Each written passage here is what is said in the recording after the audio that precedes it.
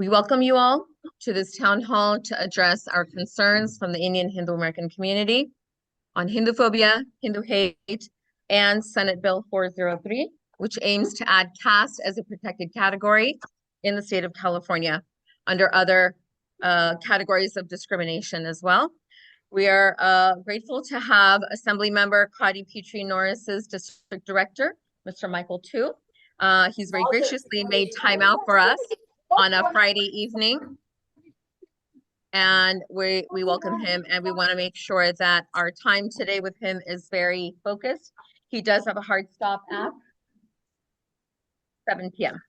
So we want to make sure we get all our questions, answers, issues addressed, and let's begin. So Michael, would you like to say anything before we begin? Thank you. So at this point, I would like to invite anyone who represents an organization and has a presentation. Yes. Please come over here. Please come right here. Come right here between us. So that way you can be heard. Welcome, everyone, and thank you, Aarti, for doing such a good job at organizing this meeting. And we're here focused today, especially on, as Aarti said, Hinduphobia, Hindu hate, and SB, which stands for Senate Bill 403.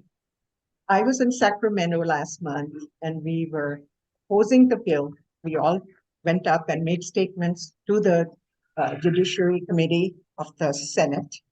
But unfortunately, they passed the bill 11-0. We were very disappointed. And then it went to the Appropriations Committee of the Senate, and there also, they just bypassed it to the Assembly. So now we have a chance because we have somebody here. His name is Mike Tao, and he's here to hear what our concerns are today as the Hindu community. And our concerns are related to what were going to be the adverse consequences of the passage of SB 403. When it comes to optics, which means appearances, the bill sounds awesome, right? Sounds like, wow, this bill will take care of all the discrimination for caste. Not true. And now I'm going to focus on what are those reasons? What are the adverse consequences of the passage of this bill? So here we go. Number one, SB 403 is a discriminatory, bigoted bill. It will make a bad law because it is not facially neutral, meaning that only people that look like our faces here, brown skin, will be considered as suspects.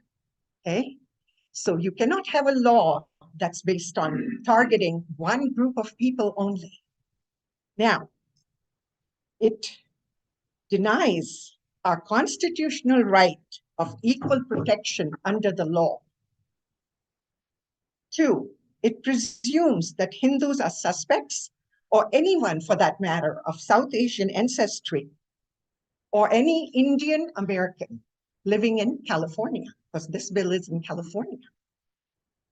3, the 1964 Civil Rights Act, Section 7, already provides protection from caste discrimination based on ancestry, color, religion, sex, or national origin. Number 4, SB 403 is the worst assault on us Hindus in California. It presumes we are guilty unless proven innocent. Our children are going to be subjected to bullying in schools because they have brown skin too.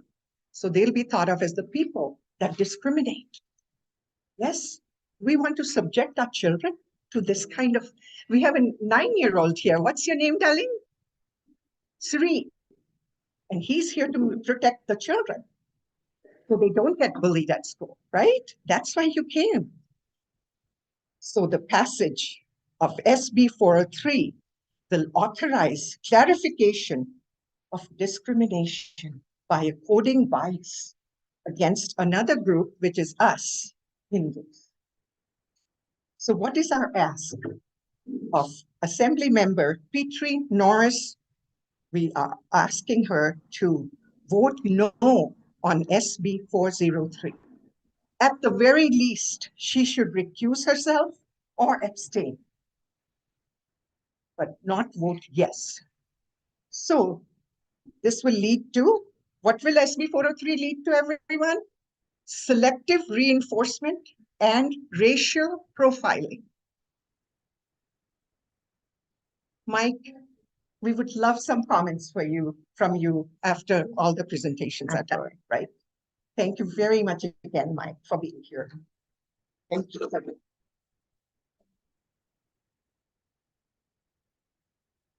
this point, I'd like to turn it over to Michael to see if he has any questions about what was just presented by Ms. Geeta Sikand. Ms. Geeta Sikand, what organization are you representing?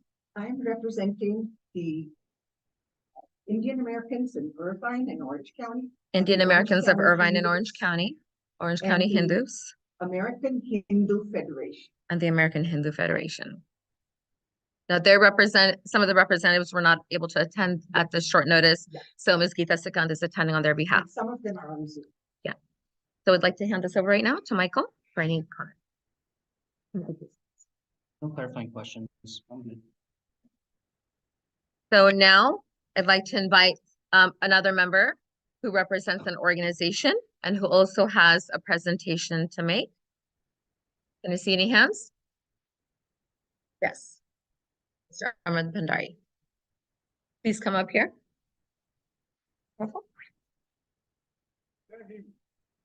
Jai Hind. Jai Hind. Aarti, thank you very much for inviting us and arranging this meeting. We should have more like this. This is totally discrimination bill. I am a president of 3-4 organizations: Lions Club of India, OP Orange County, FICSC, and FIA, and Jain Center of Southern California. This bill was railroaded by Democrats in Sacramento, and we should oppose that whatever we can. We need to raise some funds. We need to work hard to get this to see. Once they pass the bill, very difficult to undo it. It costs a lot of money. I was at the other meeting, and they are collecting money also. We should do same thing, have more meeting like this, maybe every week, every month, whatever we can, with help at different locations, and raise the awareness of our community.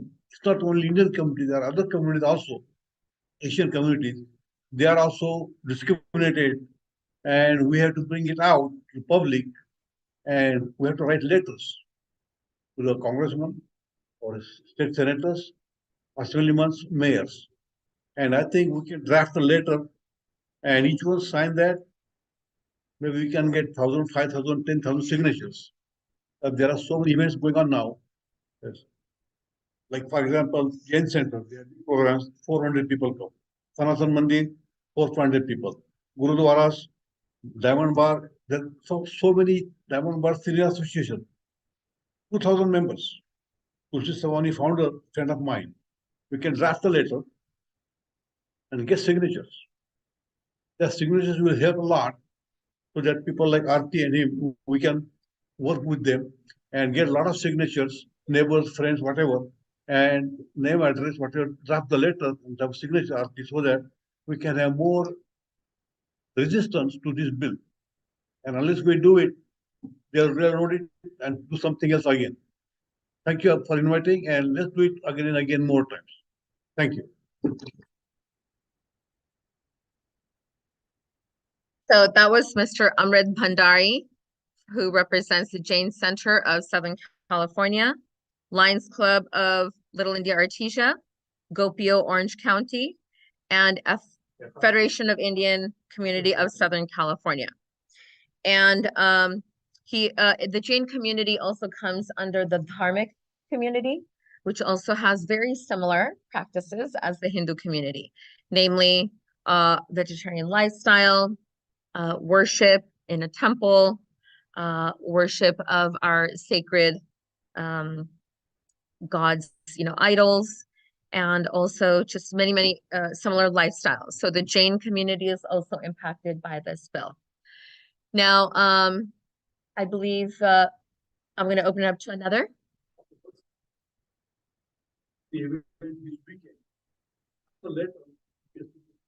Yes. We are gathering more signatures to oppose Senate Bill 403. Would you like to come? Okay.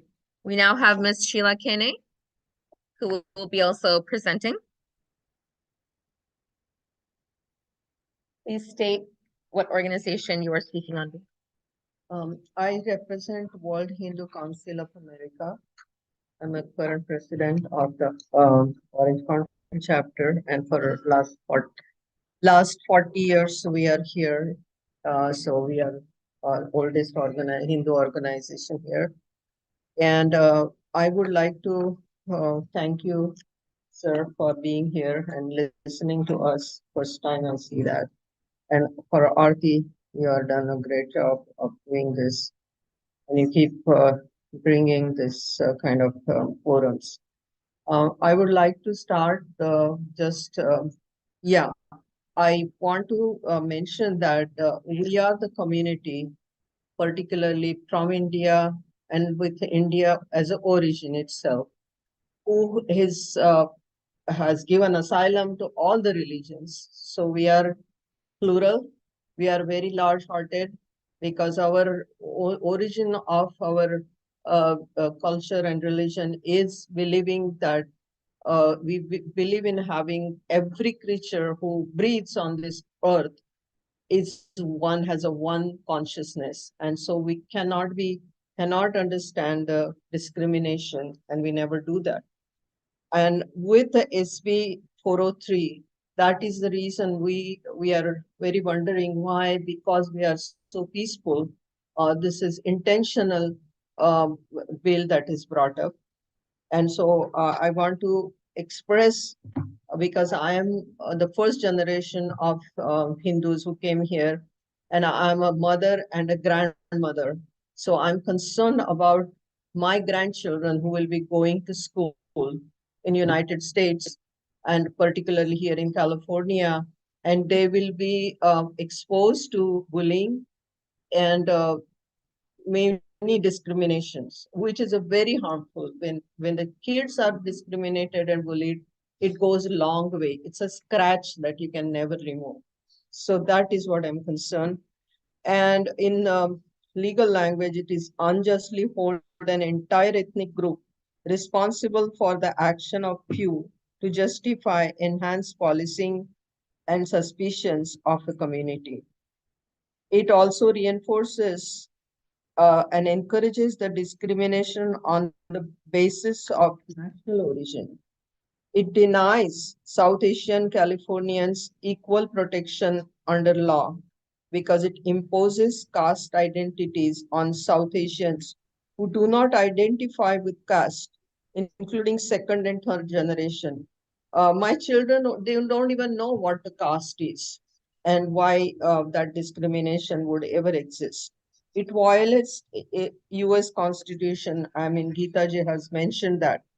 It denies under SB 403 framework South Asians lifestyle choices, like who they will marry, whose friends they will be, and they will be perceived as casteist compared to non-South Asian making identical choices.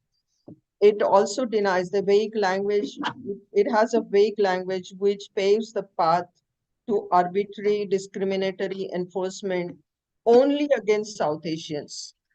And it is an invasion of South Asian Californians' right to privacy and right to assemble. It sets dangerous precedents of associating or assembling with others of similar backgrounds, privately or publicly, as grounds of investigation or evidence of caste discrimination. Then it is a redundancy and discriminatory legislative intent. It creates discriminatory category that exclusively implies to certain micro communities based on their ancestral origin, departing from well-established constitutional principles of spatial naturality and general applicability. So I really request or beg Ms. Norris not to vote for SB 403. Thank you.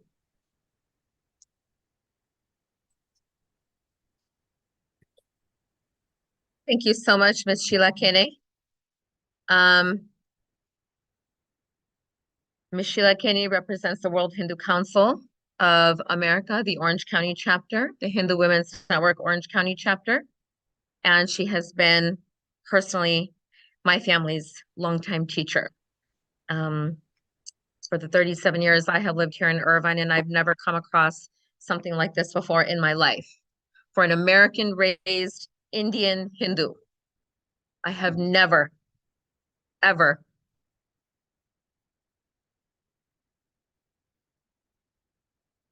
experienced the attacks that our community is now going to be subjected to. Never in the 43 years I have been raised in America have I ever come across caste-based discrimination. Never. I was never raised to discriminate. My family's not here to speak anymore for themselves, so I'm speaking for them. I'm speaking for the upbringing I had, which was anything but discriminatory. I have uncles and aunts here who have seen me be raised in front of their eyes. We have never condoned caste-based discrimination. Not in our homes, not outside our homes, not in our communities, not at our events, not in our schooling, not in our higher education, not in our careers, not in our jobs, nowhere. This SB 403, trying to add caste as a protected category, is an attempt to malign an innocent, hardworking American immigrant community. And I was forced to organize this today because I couldn't take it anymore. This is not the legacy of my grandparents. This is not the legacy of my parents. We're no longer here to speak for how they raised me, not on the basis of caste-based discrimination. We raised every child who walked through our home. We raised other people's children and grandchildren. This is not the thank you we get for being legal immigrants to America and hardworking, tax-paying immigrants in America.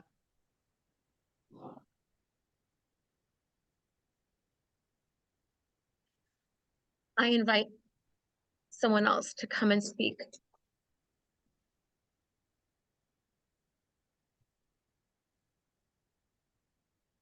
Would anybody else like to make a presentation? Come. Yes, of course, of course. And then I will give a chance to our Zoom attendees to also make a statement, a short presentation. We do have 14 participants on Zoom. And I just want to make a note that this is a great turnout for our community on a Friday evening at short notice. So I don't want you to look at the numbers, in person or the numbers on Zoom. For us to come out and speak out this boldly and really speak our hearts as to what this is going to do to our communities is very brave. And I commend all of you who are here in person and on Zoom. And now I'm going to turn it over to. My name is Geeta Bhatt. My name is Subhash Bhatt. I'm the president of Indian Americans Senior Association. And also we run an organization called Outlaw. And I'm very happy to come here and say something about what we heard. First of all, Aarti, we are very proud of you. And we thank you that you arranged this kind of a town hall meeting where we can represent our our own thoughts about this Senate bill. First of all, we as American citizens sing our national Our anthem. national anthem says, what do we say? What our It's children are it's a singing. land of brave and And free. It's a land of free. Now, when we came as immigrants in the 1960s, we used to hear back home the situation where racial profiling was creating. Do we want to go back to that era?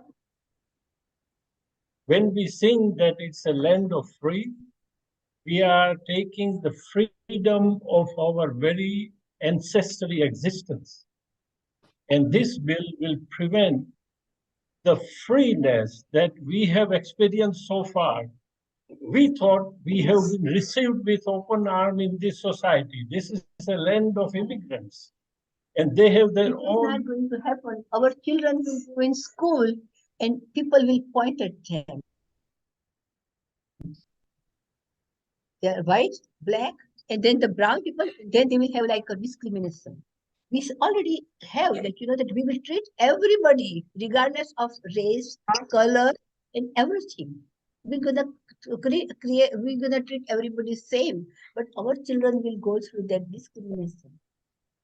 Going to the details of the bill, the impact of the bill, and the fruits of this thing will really create some kind of a discrimination. We will not be able to exercise our religion, our freedom of religion. And that is the base of the Constitution of this country, where we have a freedom to live the way we want to live. So that freedom is taken away from us with this bill. So we oppose this bill and we request. And sir, I have to tell you one thing.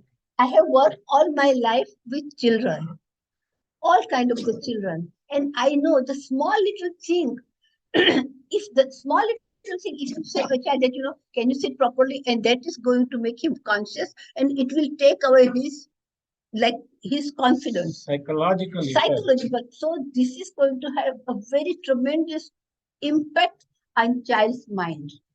I tell you, this is so serious. If it was only for the grown-up, then it was still okay. But this is going to hurt our children. Our children in this society have enough problem like bullying, and now they are going to go through one more bullying system in such a way that even they will have nightmare because they will be afraid of. So this is so serious. And I tell you that I have 40 years of experience working with children. Small little thing, if you say, can you sit properly? Why did you do it? And that is going to that you will see in this school. They they will education, they will so there is a very deep impact on child's psychological and child's mind. I urge you to please look at all these things and really let's. What no to this? Thank you, Auntie, for the opportunity.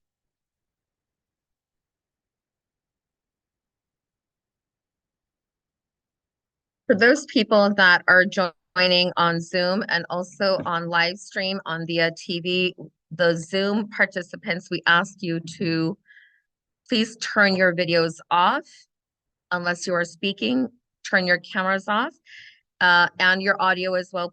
Please mute yourself because it will end up on the YouTube live stream. And at this point, I will give it to give a chance to our Zoom participants as well. I'm going to call on Ms. Sudha Jagannathan for the next presentation. Ms. Sudha, Ms. Jagannathan, please, you are next. Namaste, namaste, and thank you, Arati. And Michael, I really appreciate you being there. Michael, I noticed that you are a USC grad. I'm a grad too from University of Southern California. And I just want to point out, like Assemblywoman Petrie-Norris, I'm a businesswoman and a mom. All I'm asking for is the same rights afforded to her and her children also to be given to my children, right? Without the bill, I'm already a victim. Let me tell you why. So if you look at my name, my name is Sudha Jagannathan, and I have an identifier there.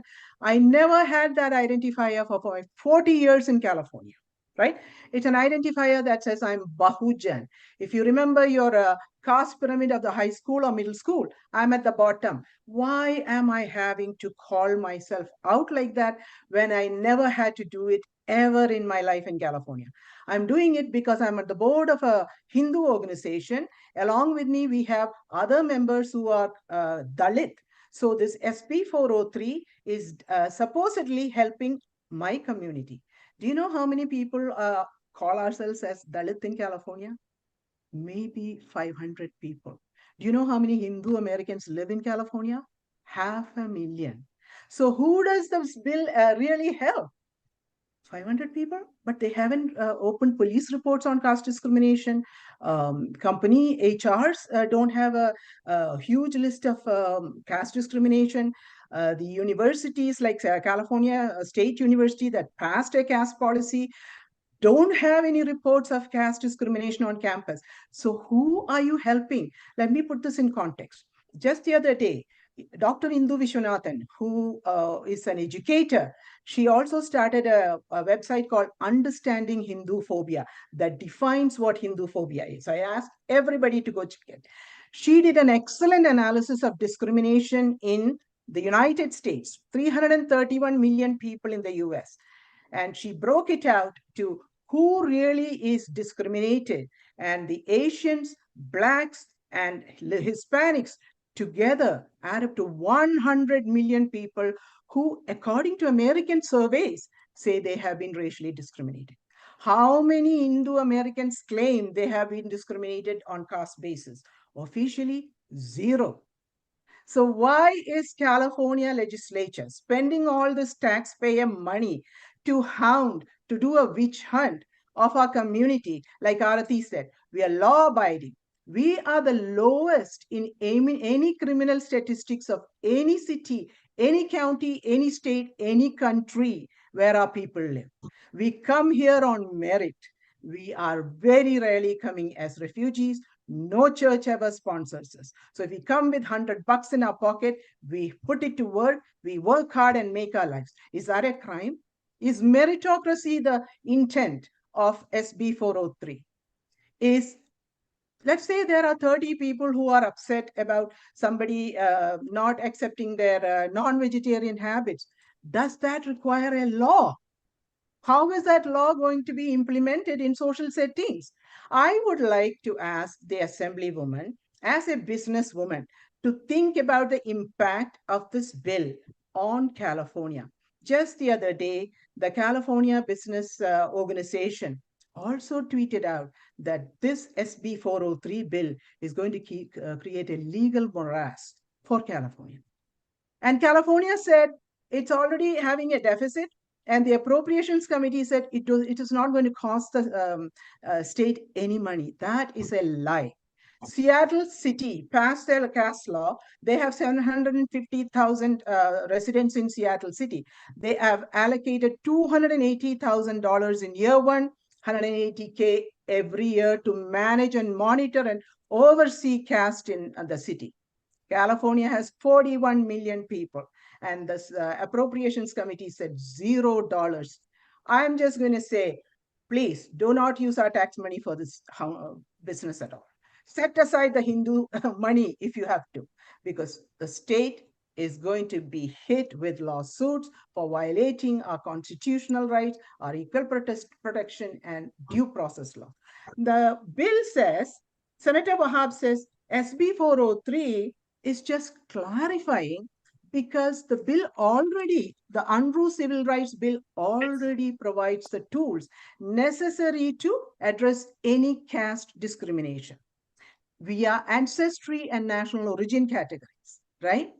So why does she need to clarify in a way that maligns and profiles a certain community? That you should ask the Assemblywoman and every member of the Assembly to think about. Because as Geeta Sikand said, clarifying discrimination and codifying bias against one community is bad law, right? and it leads to selective enforcement and racial profiling of people. So I am same as you, Michael, as an USC alum. Why would I now be categorized as, oh, she needs to put into a separate cage? Or I am a businesswoman and mom-like assemblywoman. Why do I now need to be treated differently? How am I a different Californian? California Democratic Party says California for all. I say the SB 403 clearly makes it California not for all. This is a very serious problem, and I'm asking the Assemblywoman to vote no on the bill or abstain and recuse. Thank you very much.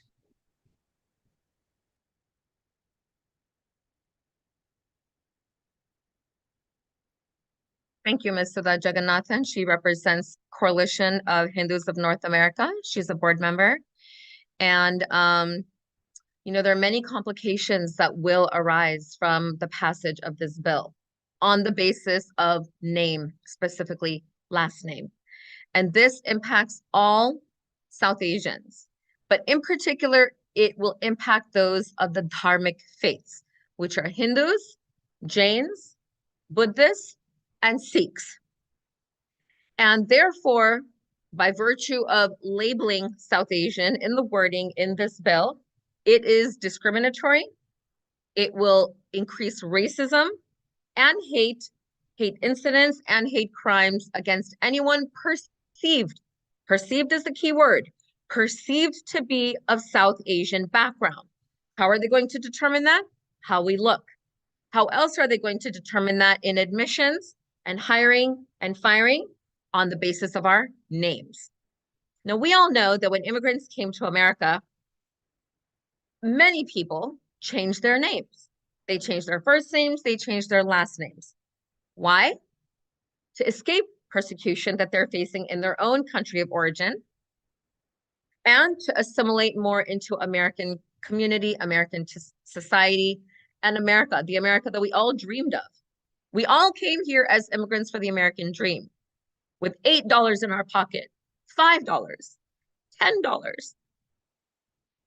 There's not a single Indian story of immigrants from India where they came with anything more than $100 in their pocket and became successful on their own hard work merit by virtue of education, by virtue of strong family values, the family that kept us together under any and all dire circumstances. I am a living witness to that. Yeah.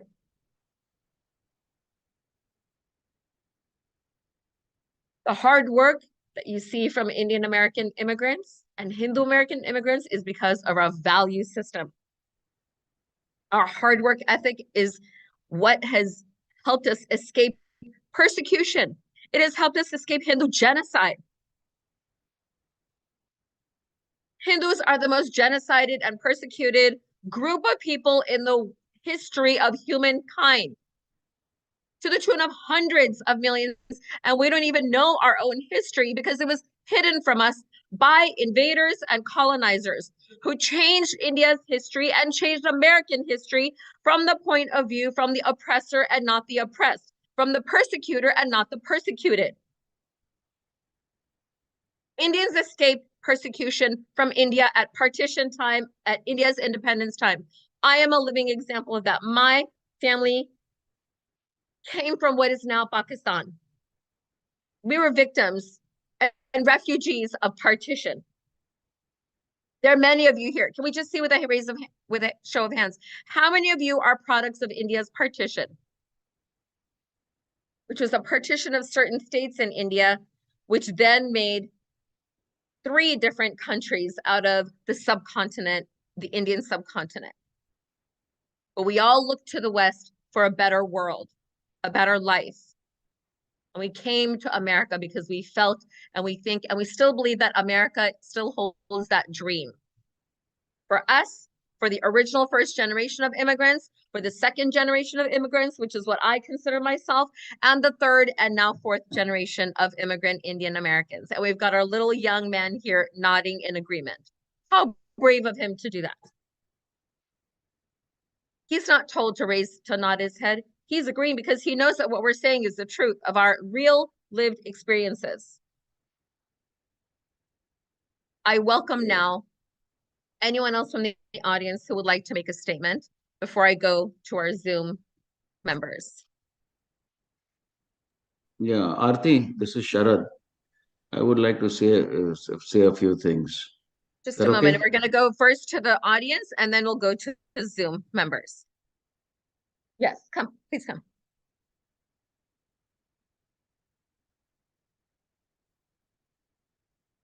First of all, 1000 thanks to Mike.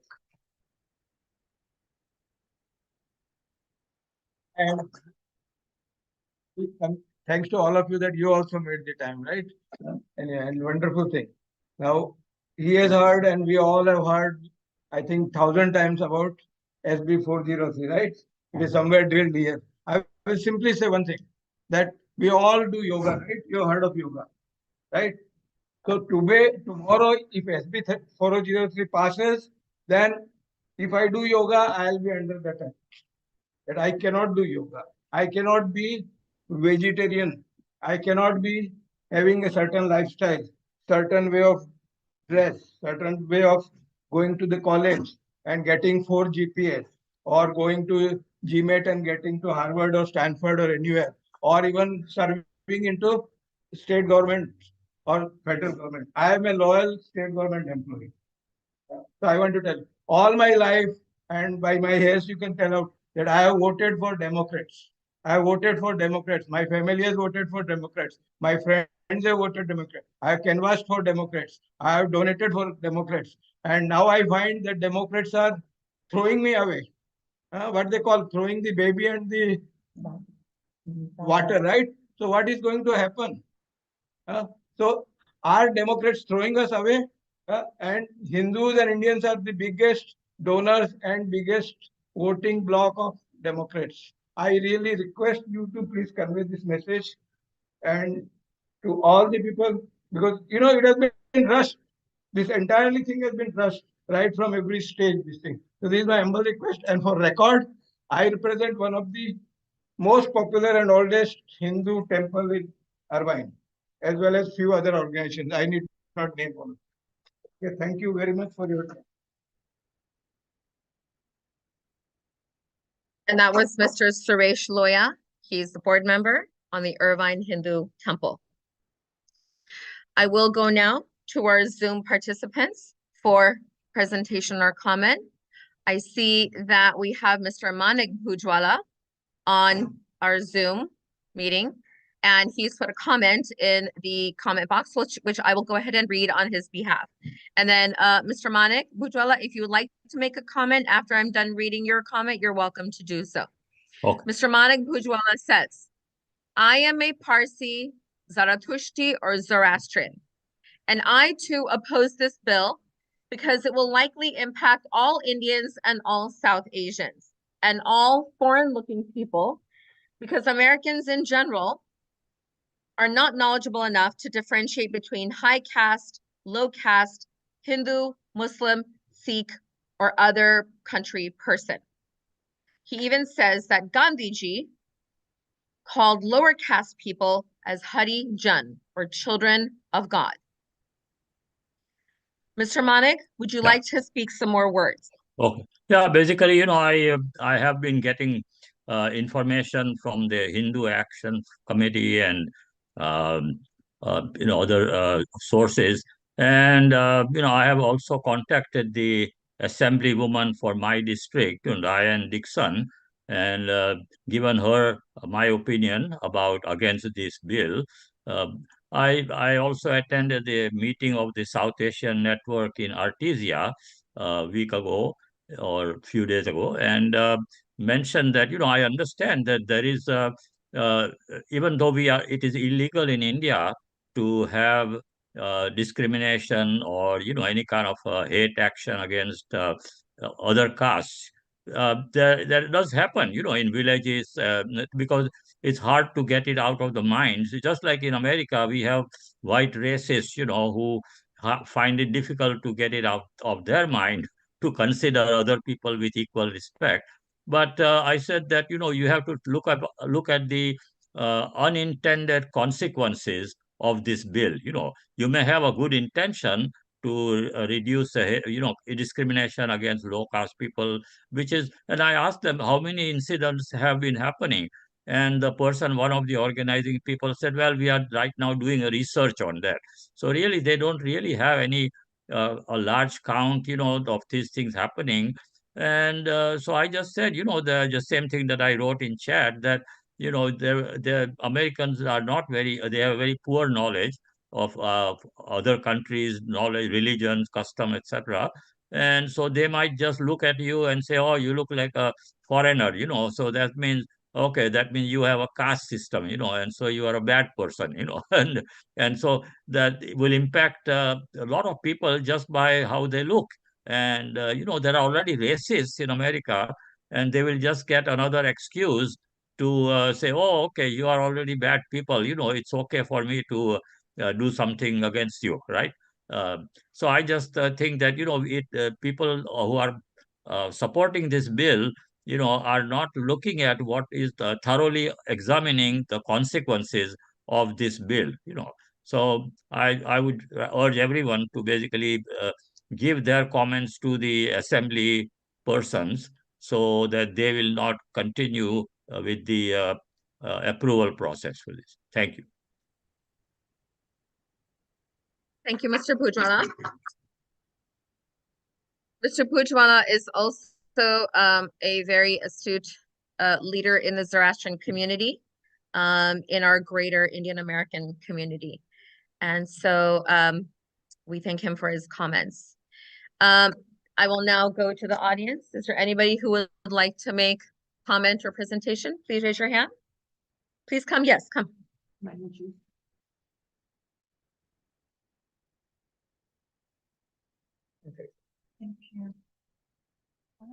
Come here, please.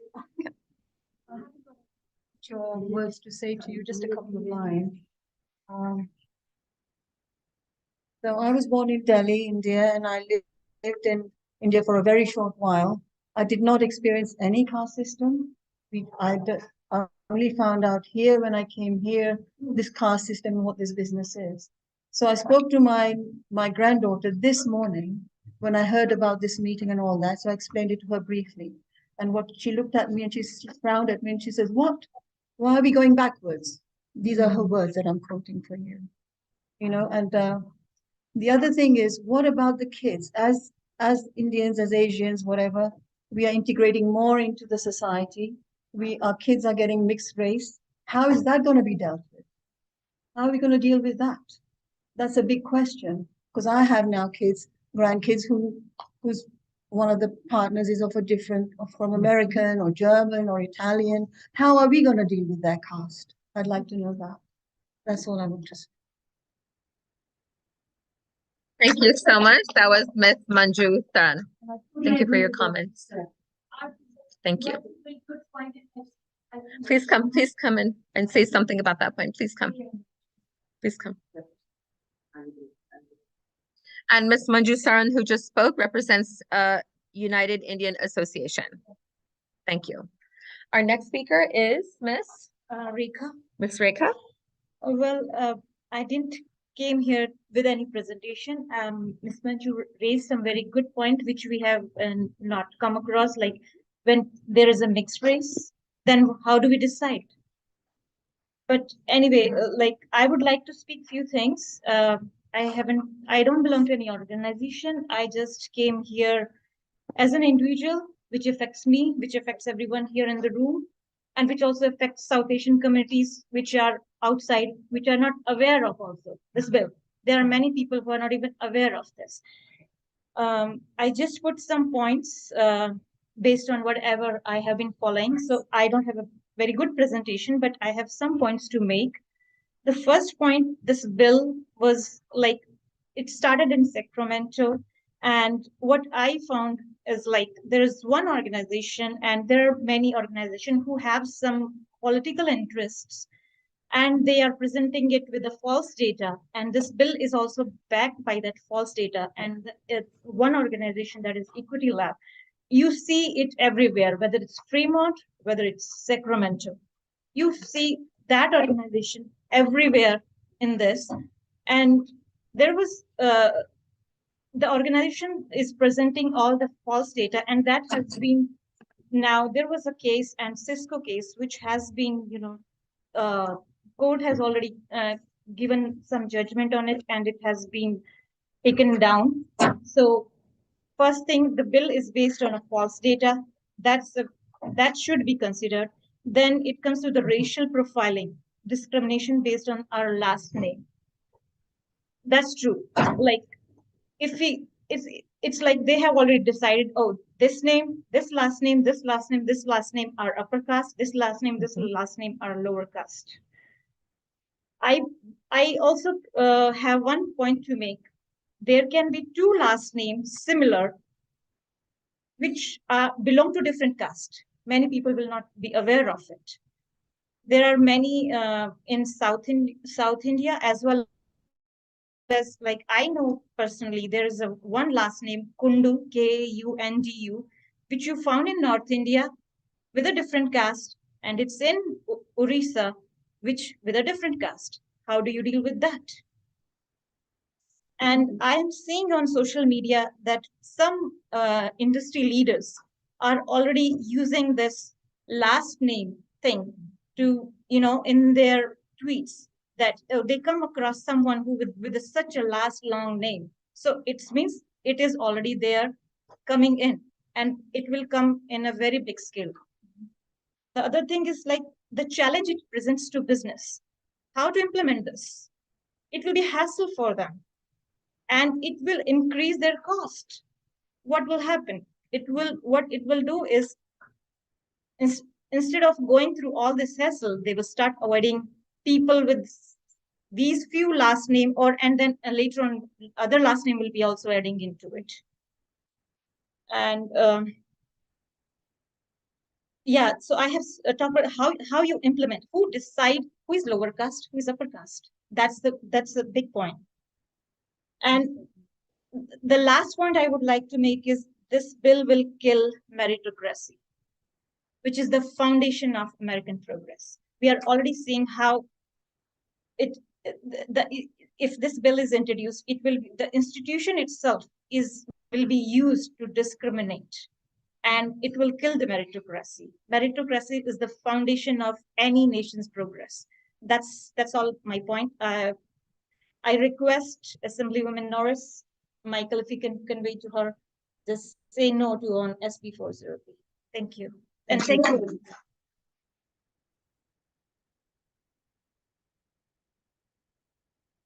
Thank you so much, Ms. Rekha. One doesn't have to be a representative of an organization in order to speak. This is why we have an open town hall. Before I hand it over to the next speaker, I would like to hand it over to Michael just for a moment to see. Michael has heard a lot from us. He's heard from those in person. He's heard from those present on Zoom. Michael, I just want to give it to you for now to see if you have any questions, comments, concerns, anything, because we're looking at the time and he does have a hard stop at 7 o'clock. So this is for Michael at this point. Please open up to anybody else. Yes. And once we have our next in-person speaker, then I will give it to Mr. Sharad Rao on Zoom. You will be next after Ms. Charu. Please state your full name. Charu Sinha, and I'm speaking as I'm not representing any organization. I speak as a Irvine resident. I speak as a somebody who's lived in America for the last 37 years. And you've heard a lot about the consequences of what this bill could potentially do to the community if it were to be turned into law. You've heard about clearly the complete lack of clarity in terms of the implementation and execution of this. You got to ask yourself, why is there so much confusion about, why is there not clarity? If this was something so clear cut, if there was like really caste within Hinduism, why is this, why should we even have a confusion here? Shouldn't it be very clear as to who is lower caste, who is upper caste? I want to make a couple of points here.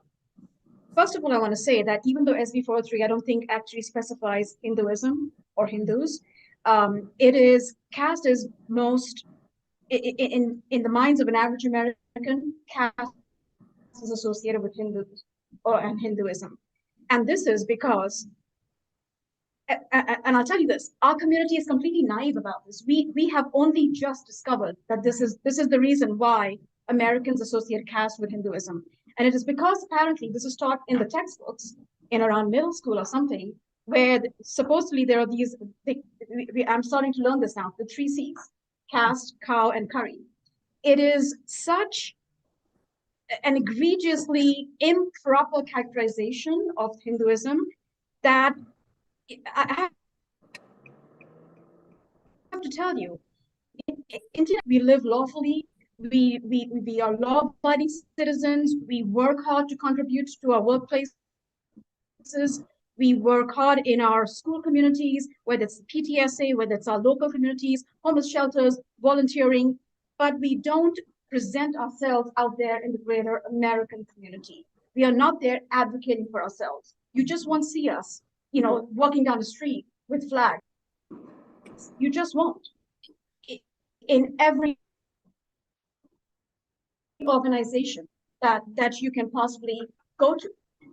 And I guess what I'm saying is we don't advocate for ourselves, we don't protect ourselves. Because we assume that the system is fair. Come to say the least. As a parent, you've heard about the consequences to our children. And I want to go back to, the Caste and Hinduism Association. This may not be the day to talk about this, but I hope that someday we can talk to the Assemblywoman and explain to her how caste is misrepresented in Hinduism and how it is unfairly imposed on us. And as a result of that, going back to my earlier comment, this is why there is not a lack of clarity in terms of who is what caste. It is something that has been imposed on us.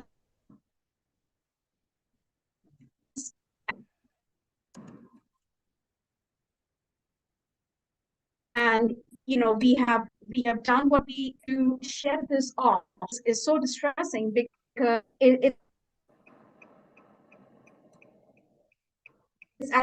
really,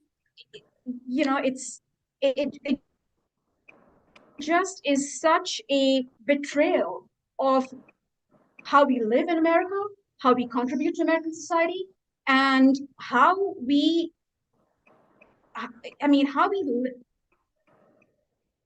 live on a day-to-day basis. Assembly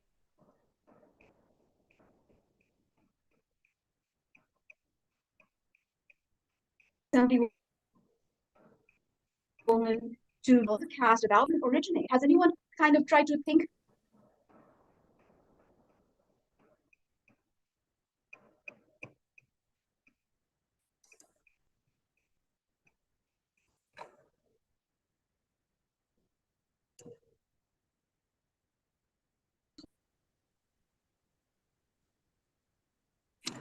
Thank you so much, Ms. Charasina, for your emphatic words. They've definitely been heard. They were extremely impactful, and we are ensuring that everyone today is being heard, not just in this town hall, but also outside of this town hall. As we call up our next speaker, I've given called Caste Conversion, a Colonial Conspiracy by eminent author and global Hindu leader, Pandit Satish Sharma from London, UK, who just was visiting California and is jet lagged. Otherwise, he would have joined us today at this town hall at my request. That book is what needs to become our textbook curriculum when it comes to teaching about India, Hindus, and our contribution to the world. That proves that caste was added as a British colonial construct in the 1800s, literally on a particular day. And it was enshrined in the Indian Constitution under British colonial rule. Caste comes from the word casta. Casta is a Portuguese Spanish word based on the European caste system. The Europeans have a very hierarchical, by blood, hierarchical caste system. They came and superimposed it on India in order to divide and conquer and rule over us for not just 200 years or hundreds of years, but India has been invaded and ruled for over 1,300 years under the premise of divide, conquer, and rule. It is a European caste system that attempted to destroy the ancient Indian civilization once and for all, but that didn't happen. It's been 75 years now. And so the tactic now is to target Indian Americans outside of India in the West, and that is what's happening. Successful Indian American and Indian immigrants in Western countries who come and work hard, they come with legal immigration and they come with little to nothing in their pocket. They are targeted only because they're successful. And they didn't take handouts, and they weren't victims, and they didn't cry their sob story. And is this the thank you that we get? Caste needs to be understood.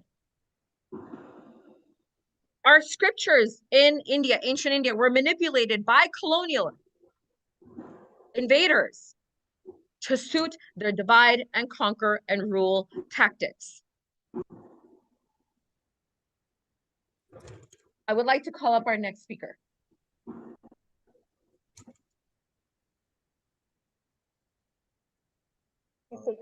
Hi, my name is Amol Lara, and I represent all the parents of Hindu faith of Avatar.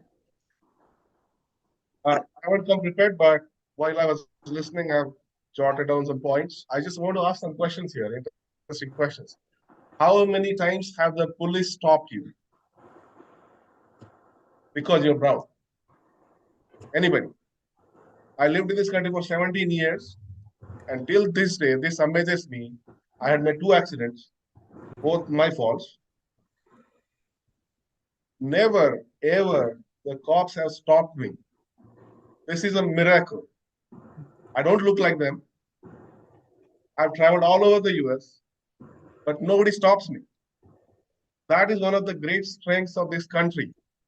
This is awesome. And I have very high regard for this country, that we welcome all kinds of people in this country.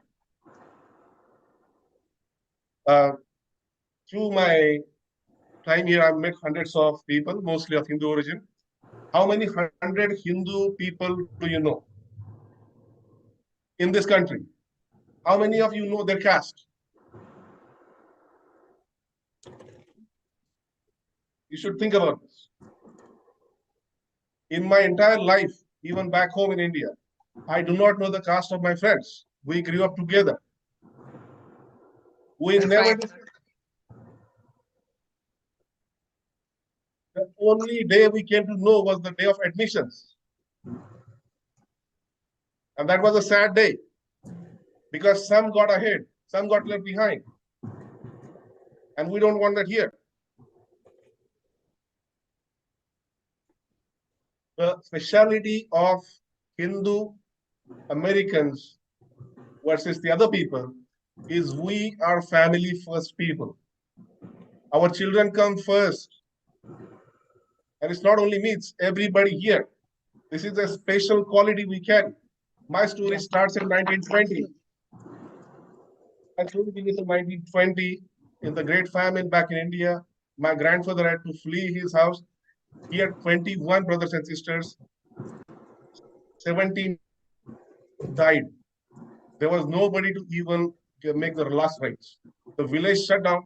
He had to flee. He came with almost his underwears to a small city, and he started his life there. That's where my origin is. And he made his life. He educated his 2 daughters and 1 son. I'm his grandson. My brother and I are living in this country. I'm a citizen. He is on the way to become a citizen. We have made our life by sheer hard work and no other thing. This country gave us the opportunity. I happen to be in the top 1% of the taxpayer bracket. I found out this year. This is possible in this country.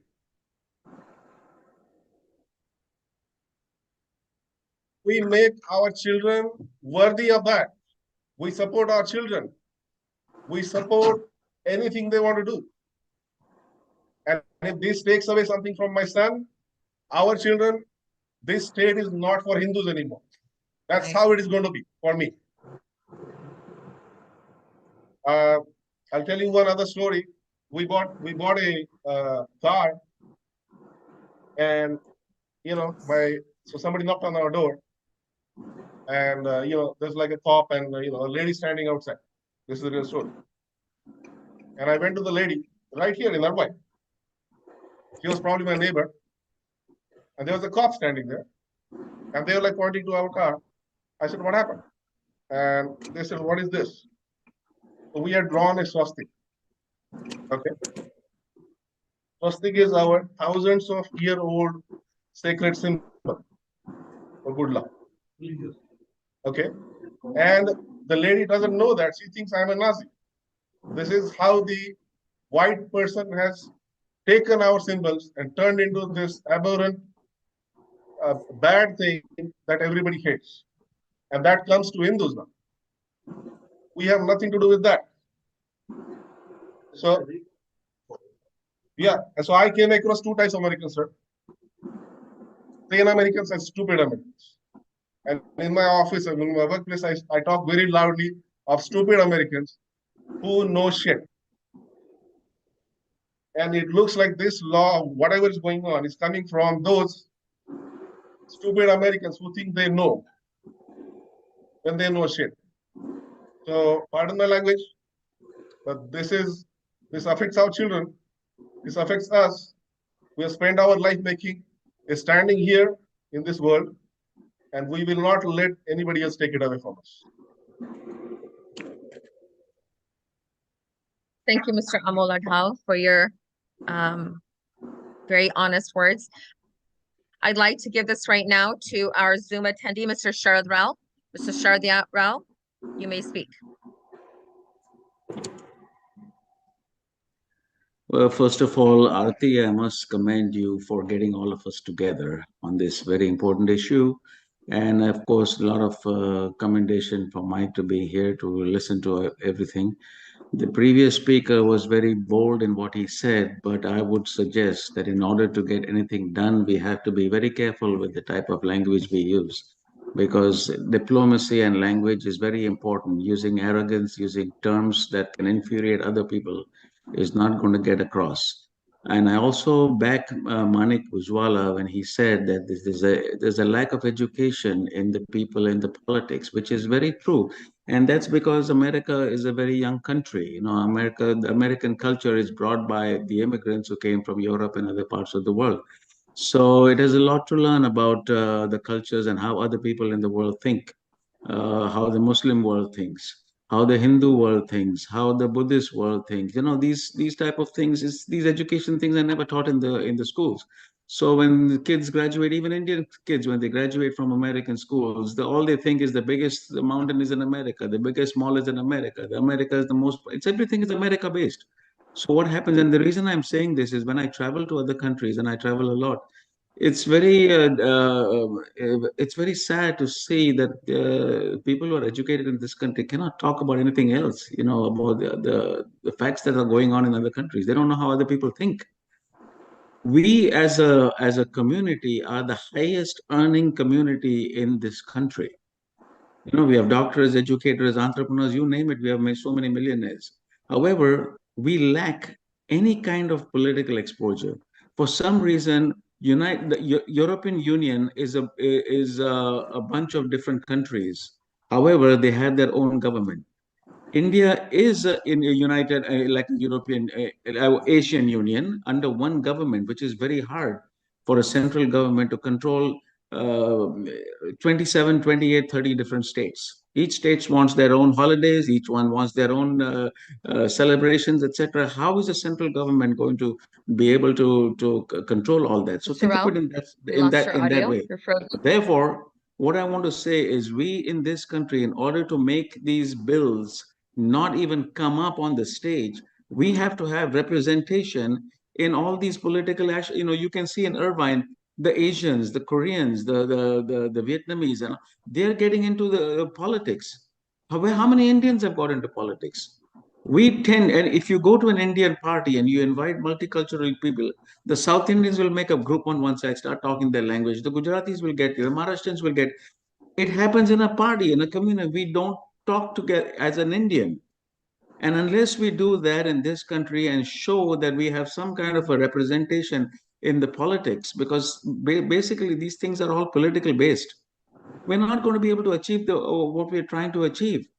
I mean, the people who are passing these bills, they have no education about what's going on in the caste system in India. You know what? There's a caste system in this country. It may not be a caste like the Brahmins and Kshatriyas and all, but there's a caste system based on income levels. You got the blue collar workers, the white collar workers, all this type of. There's a caste system, but it's manifested in a different way. But it's not become an issue because the people who are making these decisions and trying to pass these bills don't have knowledge about the Indian culture. What is Indian culture? What is the Muslim culture? What is the other cultures? We don't have those type of. So that is where it's very important that the prominent Indian, it's good to be, the CEO of a Jain organization, CEO of a insurance company, CEO, whatever. But that doesn't help us unless we are part of the political system in some way or the other. We have to be present there in order to, when somebody tries to pass a bill like that, somebody has to be there to say, hey, wait a minute, you can't do this because of so and so. But if you're not there, then we are only always fighting and to get these things overturned. Yeah, that's just what I'm saying. So it's very important that we as a community try to get involved with the community. For instance, I'm a graduate at Georgia Tech, but I do a lot of community work. I volunteer with the Irvine Police Department. I'm a CERT technician. So we are involved with the community. So if other Indians come, and I haven't seen many Indians in the CERT. Why? It's all different communities. We don't want to, we are very good in what we do, but we are very poor in trying to assimilate ourselves with other people. We try to stay as Indians, we try to stay as a particular community. Please, let's get out of that hub and be a part of this country. We keep saying this is the best country, this is the country of opportunity. Hands down. I changed from chemical engineering into an insurance business in a finance portfolio. It could never have happened in India. People would look down at me saying you're a failure. But I could do it in this country. So this is the country of opportunity. Let's make the best of it, and let's make a presence in Washington, makes a present in our own different states. And it's only then we are going to be able to make sure that the right decisions and the right policies are passed. Otherwise, it's an uphill battle. The bill is going to be passed. Now we're fighting to get it overturned. We don't want that situation. So thank you for allowing me to say a few words and appreciate it. Again, I commend Mike for being here and listening to all the comments, and Aarti for you for arranging this. And we should do this more often to make ourselves present. Thank you. Thank you. Thank you, Mr. Sharad Rao. You've been very involved in the community. You are a CERT trained, citizen of Irvine, and I've seen you be really involved. So thank you. I think the message is loud and clear. We need to be involved in our community. I would like to give Mr. Deepak Sharma the floor, and before he has his kind of final parting words, I would like to give one more chance to Michael to say something, comments, questions, concerns, anything, Michael? Appreciate the input in the conversation. Thank you. Mr. Sharma, please. This is Mr. Deepak Sharma. He is the president of our Irvine Hindu Temple and a very upstanding citizen of our Irvine community and Hindu community. Namaste to all of you. My name is actually mentioned Deepak Sharma. I am president of the Mandir in Irvine, running the Mandir. We have 2,000 devotees or so that attend the Mandir services. I'm also a part of a political group called Orange Hindus. There's about 100 plus members in it. When I came to this event, I was a bit late on purpose, thinking that very few people will be here. I was surprised to see more than 5 people we normally get in our political group. So one of the things that this bill frankly has done is galvanize the Hindu community. We are seeing a participation of 20 plus people in a political event, which is very, very unusual. And my thought process towards this bill is a bit different from all of you who have said all the good things about passed and it's not there and so on and so forth. What I get upset about with the Democratic Party is that thousands, 80% of the people who called in on the day this bill was voted in Sacramento said no to the bill. And yet not a single senator said no. Everybody of them said yes. And Democrats are not realizing that they have galvanized a community that has always just put their head down and worked hard to improve the life of theirs and everybody else. Now they have basically opened the door to all of us to get active. And I'm personally a registered Republican. I'm part of the Irvine Republican Assembly. I'm the secretary. Sitting from the other side and watching this drama unfold, and I'm happy about it because elections are only 18 months away, less than 18 months actually. The Democrat Party will see a repercussion of what happens if this bill were to pass. And I think the time is over of pleading to the Democrats to change their opinion. They had a chance in Sacramento, not a single one of them stood up and said no. All of them said yes. Now we have Hindus who are extremely upset, trying to justify, trying to explain to them. What bugs me the most is the person who introduced this bill. She never ever thought and even wanted to meet us.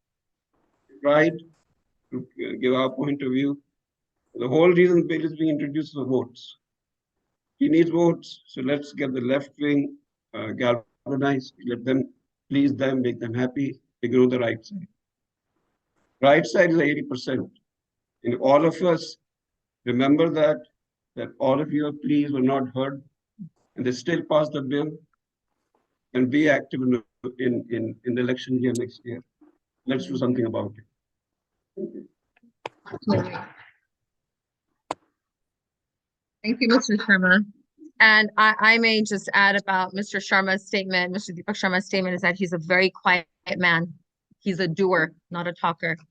So for Mr. Deepak Sharma to come up and give public comment at our town hall about this means the earth has shook under our feet. And if we don't activate in our civic engagement duties, which is our right and privilege as Americans, we have no right to cry about ourselves, our children, our grandchildren, or our families of what's to come if SB 403 passes. I got politically and civically engaged in 2018 and 2019 because I felt it was my civic duty being a longtime Irvine resident. I ended up being appointed on the City of Irvine's Child Care Committee under respected, esteemed, honorable council member Kathleen Treseder because we addressed an issue that rose in our Indian Hindu community related to a social media hate post. But unless we are engaged, nothing will change in our favor and everything will be passed against our favor. And we are grateful that we have our assembly members, district director here on a Friday evening, giving up family time to listen to us. Let's please have a hand for Mr. Murthy. As we not to him, we saw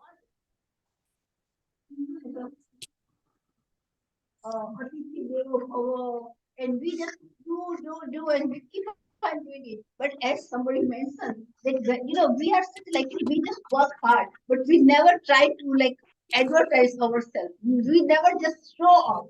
So now it's the time to just get up and just actually, because we pay taxes. We are such a we do not just make any trouble. You see that not anybody from us will be under like a public aid or anything. But we still why we are so we are like nice. Now it is time for us to really let our God be heard so hard. And we should be like doing this kind of the meeting quite often. Because when I saw everybody, not a single person. What happened? That was such a shameful time that time, and I really cried. This is like our need for us. We should really wake up and get up and keep doing like this one. Thank you, Aarti, for doing.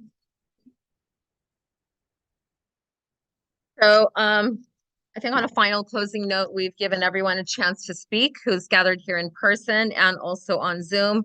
We really appreciate your time and attendance this evening.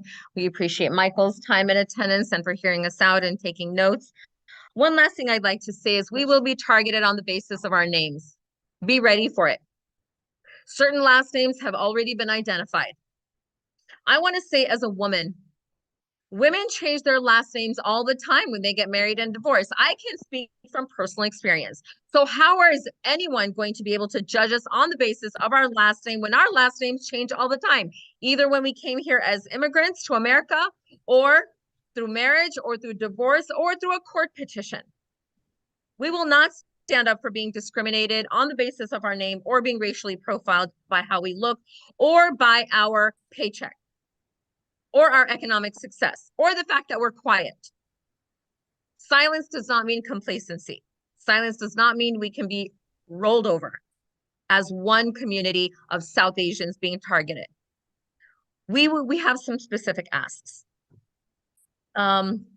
Michael, I want to give you the floor before we have so generous with your time. I'll simply say thank you so much for coming together and sharing your thoughts on this bill as it goes through the legislative process. And we'll be taking the information you've shared and what you've communicated in summary to the Assemblywoman. So thank you.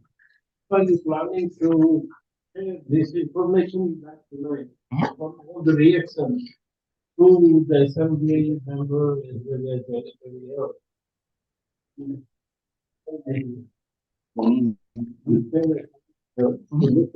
Yeah. And how are you planning to can make any advice? Or do we that's another? Well, that's Right. well,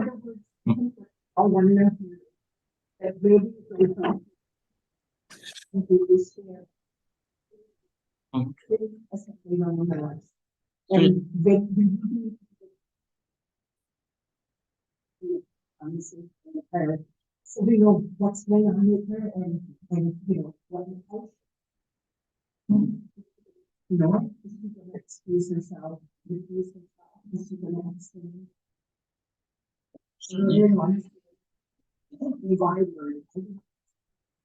we'll share those sentiments as soon as possible. So hopefully next week. And then the legislative process plays out through September. We can get back to you. We'll certainly get back to you. Yeah. Sure. Yep. And honestly,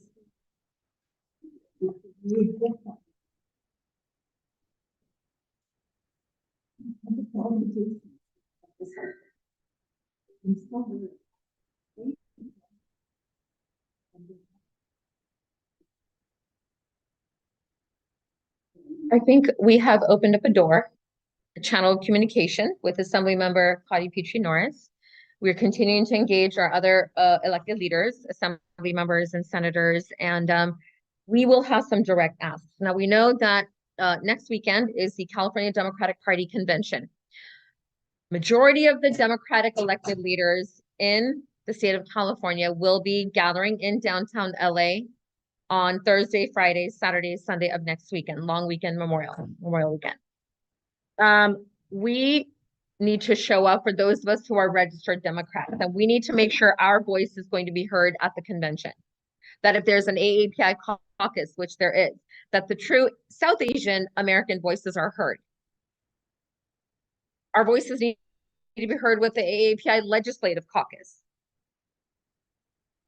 We need Senator Aisha Wahab to meet with the Indian Hindu American community leaders and organizations. We ask all the Assembly members to meet with the Indian and Hindu community groups, organizations, and leaders. And most of all, the nonprofit organizations that are working hand in glove with Equality Labs, they need to engage us as to why are they supporting yes on SB 403. We need to give an open challenge to Equality Labs to face us, debate us, show us the proof, show us the data on their faulty, flawed survey.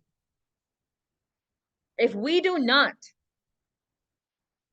debunk every single myth, lie, falsehood, falsified data that Equality Labs is pushing our elected leaders to push in this bill. This is not a blame on Senator Aisha Wahab, or nor an attack on her. This is not a blame or attack on the co-author, Assembly Member Jasmeet Banks. This is not an attack on any of our elected leaders.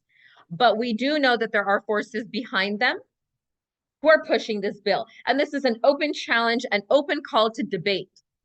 Meet our community leaders, meet our community organizations, meet just the South Asian community at large. Every single one of us, the Dalits, the Bahujans, the people who you claim to speak for and are trying to pass this bill for, come meet with us. Have an open debate on the survey, on the data. We will challenge and debunk every single falsehood that they're trying to push in the wording in this bill. And the fact that it's been amended multiple times is proof that there is a deeper, darker agenda here against South Asians, especially of Hindu background. Because caste is associated with Hindus in common perception.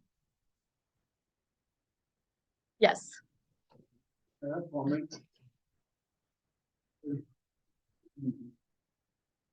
Many emergency room is Indian doctor. 50% hotels owned by Indians. All the big corporations, Microsoft, IBM, T, Coke, management, presidents are Indians. We need an action plan. Locally here, plan. First thing is that have more meetings. I'll provide some system if you want next time. Collect signatures. To write letters to politicians. Raise issues with temples, gurudwaras, mandirs. Also, our college students, all Indian students, they have an association, all the representatives. Indian Medical Association, Indian Dental Association, AHOA.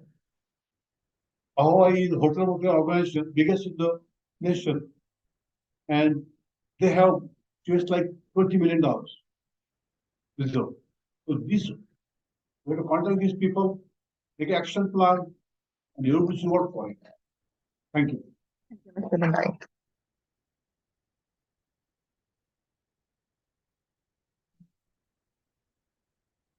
A request. That would be great. Procedure, Yeah. We're requesting a meeting with Assembly Member Cottie Petrie-Norris, and so we will definitely get back on the scheduling of that through Michael. Thank you for your time, Michael. We Thank really you. appreciate you taking the time. Make sure everyone please has signed up on the sign up sheet or through the Google Doc. That is how we will be following up with everybody. So once again, thank you. Our town hall is over. Thank you to all of our Zoom attendees and participants, and to Diya TV for live streaming our town hall. Thank you once again. Let's give Aarti a big hand.